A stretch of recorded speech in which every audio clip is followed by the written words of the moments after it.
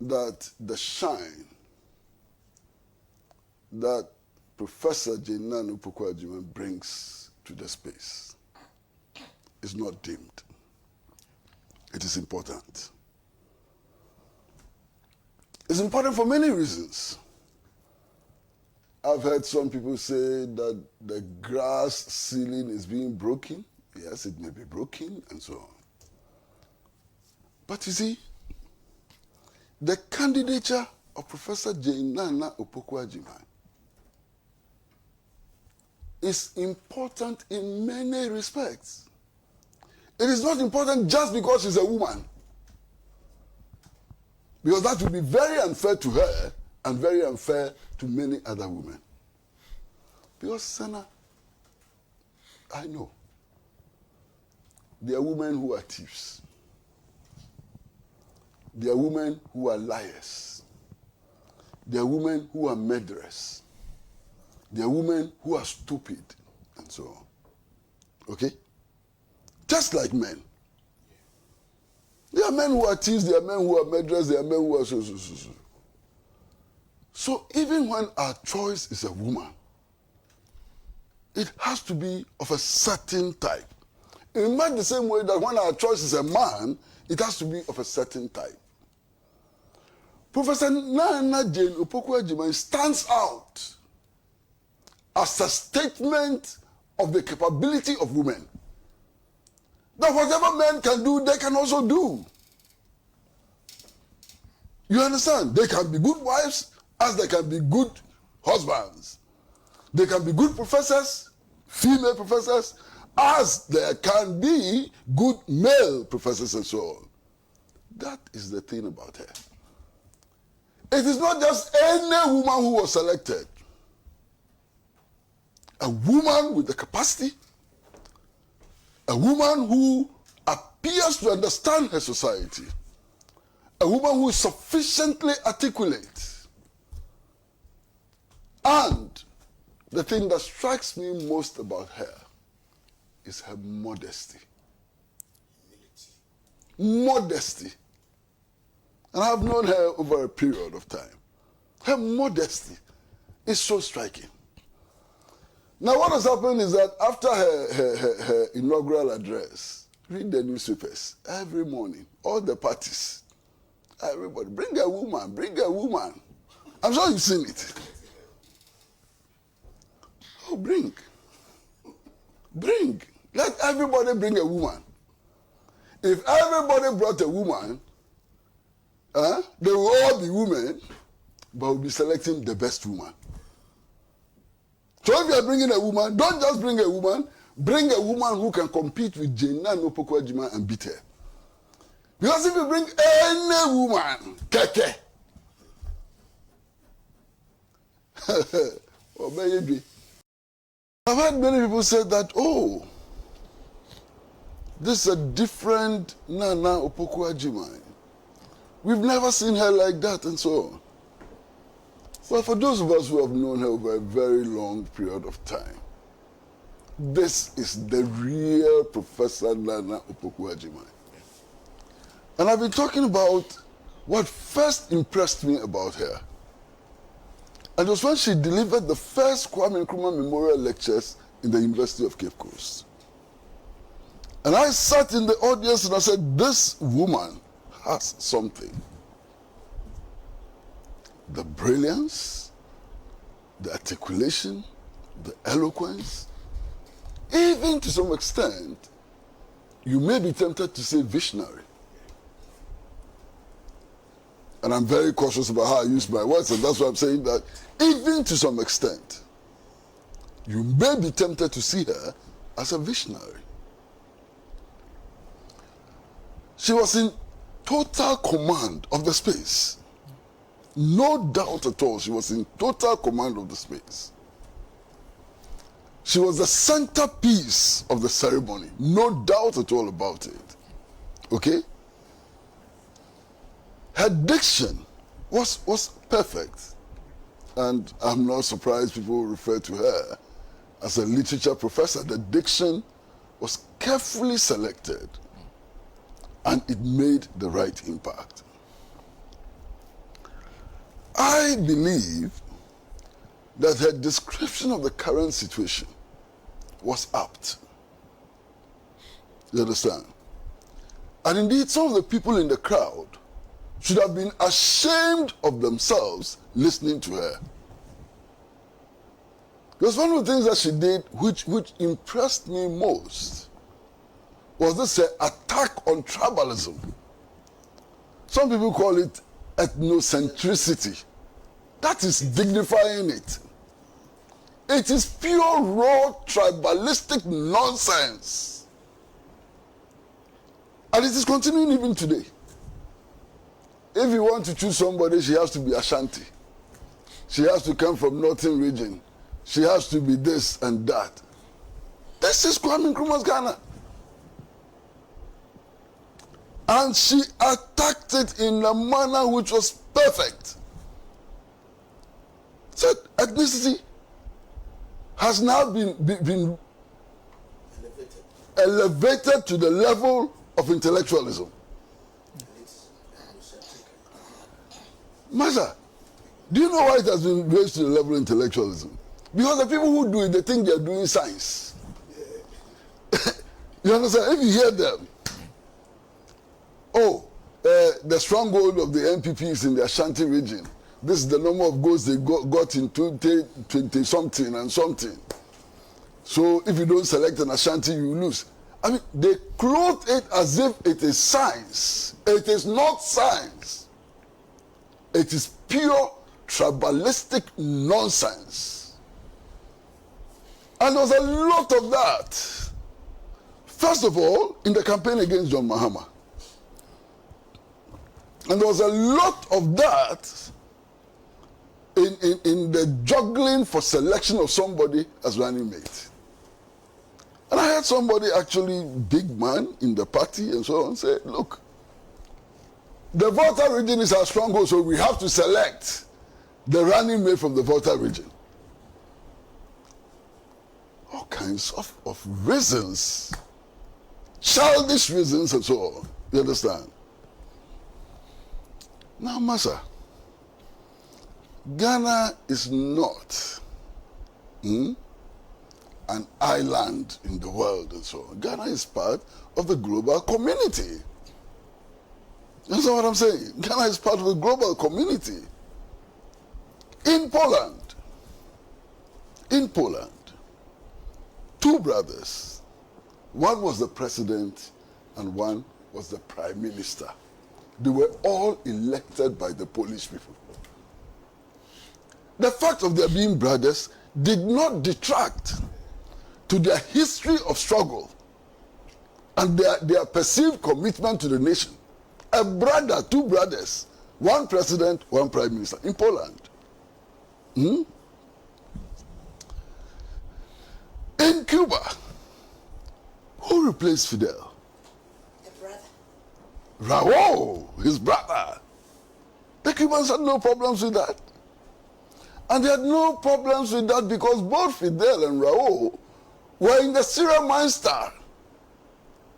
They fought together to liberate Cuba from the tentacles of U.S. hegemony and build a new Cuba which had the best educational system in the world, which had the best healthcare system in the world. The fact of their being brothers did not matter. In Nicaragua is even, that's out of this world. The president's wife is the vice president in Nicaragua. And I can go on and on and on and on. Now, the people who were playing these tribal politics and so on, you will be surprised. Some of them actually admire the system of monarchy in Britain. What is that system? The bloodline determines who becomes head of state. They have no problem with that. They admire that. But here, they are engaged in tribal politics. And so on. I get sick. So sometimes I ask myself, all of these things, election of president, selection of vice president, and so on, what is the purpose? Because if you focus on the purpose, you would not make some of these silly statements that are being made all over the place. Focus on the purpose. What is the purpose? One, simple, to make sure that all of our 32 million people have access to potable water. So the people are not infected with guinea worm and so on. That's a purpose. Two, to make sure that people have access to decent housing. Three, to improve national infrastructure so that when the poor farmer grows his cassava in the rural community, that cassava can be moved to the buying center so that the cassava does not rot on the farm. You understand what I'm saying? What is the purpose? The purpose is to improve access to quality education, not just to improve access to education, but to improve access to quality education. Okay? What is the purpose? The purpose of all of this are politicking. The purpose of what we are going to do on December 7, 2024 is to make sure that when we fall sick, we can get appropriate treatment to make sure that we do not even fall sick too many times. We can prevent falling sick. Now, if this is the purpose, does it matter whether the running mate is an Ashanti, is a Dagomba, is a Fafra, or comes from Gomoa Francie? Does it matter? Master, does it matter? If this is the purpose, does it matter whether all the people in government, from president to the sweeper in the minister's office, are Fafras? I am keenly aware of the constitutional injunction to provide a certain balance in appointing, public appointments and so on. I'm keenly aware of that constitutional injunction. And I believe so very firmly that we need to respect the Constitution for whatever it is worth, and so on. But we should not take our eyes off the objectives of politics and governance, because we will lose it. That is why today there are so many people in political office, and when you see them, you say, hey, is this how far we have come? Non-entities, empty heads, vagabonds, all kinds of people in political office. How did they get there? Because of this stupid notion of achieving a certain balance. It doesn't matter the quality. I have heard, is it the fortune or misfortune? I'm not sure. But I've heard, whatever it is, fortune or misfortune, of being close to most of the people who have become president in this country. And I've had lengthy conversations with them about their visions and so on. And one of the issues that I have discussed with them many times is that the sheer numbers of people who are appointed into public service, 100 ministers, 90 ministers, 80 ministers, and so on. And they will all tell you that the difficulty is in achieving the balance. The balance which the Constitution injuncts them to achieve. So he's made his ministerial appointments, and he sees that one particular region is underrepresented. So to achieve the balance, do you know what they do? They appoint ministers and assign them to the Flagstaff House. They have no portfolio, nothing to do, just to achieve a certain balance. Massa, the last time I heard, the Ministry of Finance was actually boasting that the rate of inflation is going to come down to 25-point-something%. You understand? That's what the Ministry of Finance was boasting about. Quite high. Higher than what they met when they came into office. Of course, we went very, very high. Now we are climbing down. We are coming to about 25% and so on. Now the question I ask, if you appoint a vice presidential candidate from Gumwa Apa, how does that bring down the rate of inflation? This country is bankrupt. I hear the figures have changed. The last time I looked at the figures, or I was made aware of the figures, we were spending 128% of total national revenue on 3 line items: debt repayment, debt servicing, and public sector emoluments. President from the north, what does it change? Does it change that? President from the north, does it change that? President from the east, does it change that? So the time has come for us to begin to look at merit. The time has come for us to look at the ideas which are being thrown at us and to see whether these can lead to a significant and better change in our fortunes. Okay? The time has come not just to measure expectation, but also to reshape expectation. And I give this advice free of charge. Free of charge. I'm going to give some advice. I hope it will be listened to. You see, my good friend A.B.A. Fuseni. Today I didn't hear many of your proverbs. I'm not sure whether you are running out of proverbs. But it will be a disaster if you run out of proverbs. Master, listen to me very carefully. I'm hearing so much about 24-hour economy. But nobody is trying to focus on our mind on what the 24-hour economy will really mean from 2024. What would it really mean? How can we touch 24-hour economy in 2024?